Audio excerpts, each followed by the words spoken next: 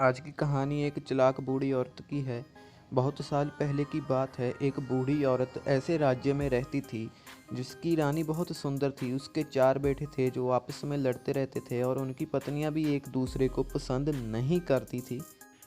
वो सब एक ही घर में रहते थे लेकिन इतना लड़ते थे कि उन्होंने अलग रसोई रखी। बूढ़ी औरत चाहती थी कि सब एक साथ खुशी से रहें और एक दूसरे की मदद करें। उसने धमकी दी कि वो सबको घर से निकाल देगी अगर वो एक साथ मिलकर नहीं रहेंगे। उसने ये भी कहा कि पैसे बचाने के लिए एक ही रसोई रखी जाएगी। ऐसे करने से उसे इस बात की उम्मीद थी कि सब एक साथ मिलकर रहने लगेंगे। बेटे थक गए और आखिर में उन्होंने अपनी माँ की बात मान ली। बेटे अपनी सारी कमाई अपनी माँ को देते थे क्योंकि वो गरीब थी। एक दिन सबसे छोटा बेटा काम की तलाश में शहर गया लेकिन निराश होकर घर वापस लौटा। रास्ते में उसने मरे हुए सांप को देखा और उसने उसे उठा लिया क्योंकि वो खाली हाथ वापस लौटना नहीं चाहता था। जब उसकी माँ ने उससे उसकी कमाई मांगी तो उसने उसको सांप दे दी। माँ ने उसे दिलासा दिया कि वो फिर से कोशिश करे। वो सांप किसी काम का नहीं था इसलिए उसने छज्ज पर फेंक दिया। उसी दिन राज्य की रानी एक सुंदर से तालाब में नहाने गई। उसने अपनी एक कीमती हार अपनी नौकरानियों के पास छोड़ दिया। अचानक एक चील ने चमकती हुई हार को देखा और उसे छीन कर ले गया। नौकरानियों ने चिल्लाया लेकिन कोई मदद करने नहीं आया। रानी इतनी उदास हो गई कि उसने ऐलान किया कि जिसने भी उस हार को ढूंढा उसे बड़ा इनाम मिलेगा।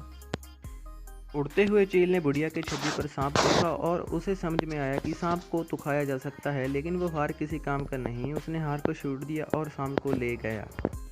अगले दिन बूढ़ी औरत छज्जे पर कपड़े डालने गई तो उसने हार को देखा। वो जानती थी कि रानी वो हार कब से ढूंढ रही थी। दिवाली कुछ ही दिनों में होने वाली थी। इस मौके पर दिए जलाते जाते हैं ताकि लक्ष्मी जी को खुश किया जा सके। बूढ़ी औरत रानी के महल गई और चौकीदार से पूछा कि क्या वो रानी से मिल सकती है। रानी ने हार को देखा तो वो बहुत खुश हो गई और उसने वादा किया कि वो बूढ़ी औरत को बहुत बड़ी रकम देगी। बूढ़ी औरत ने मना कर दिया और बोली, मैं गरीब हूँ, इतनी बड़ी रकम मैं संभाल नहीं सकती। मेरी ये इच्छा है कि दिवाली पर सिर्फ मेरे ही घर में दिए जलाए जाएं और किसी के घर में नहीं। रानी थोड़ा हैरान हुई लेकिन वो इतनी खुश थी कि उसने आदेश दिया कि सिर्फ बूढ़ी औरत के घर में ही दिए जलेंगे। बूढ़ी औरत ने अपने परिवार को घर का एक एक कोना साफ करने को कहा और खूबसूरत फूल से सजाने को भी कहा। सबने साथ मिलकर काम किया और बूढ़ी औरत ने पूरे घर में दिए जलाए। 12 बजे लक्ष्मी जी आईं और चारों तरफ अंधेरा देखकर निराश हो गईं लेकिन उन्होंने बूढ़ी औरत के घर में जलते हुए दिए देखे क्योंकि उन्हें दिए बहुत पसंद थे।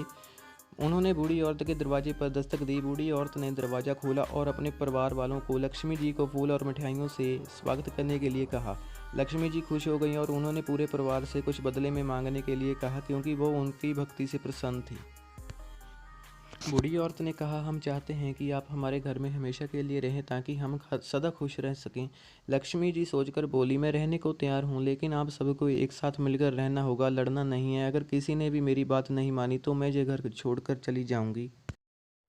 सब इस बात से बहुत खुश हो गए थे कि लक्ष्मी जी संतुष्ट थीं। वो सब उनकी बात मान गए और उसी दिन से पूरा परिवार मिलजुल कर रहने लगा और एक दूसरे की इज्जत करने लगे। बूढ़ी औरत इस बात से संतुष्ट थी कि उसकी इच्छा पूरी हो गई। इस तरह से लक्ष्मी जी आने वाली पीढ़ियों के लिए भी उनके घर पर पधारी।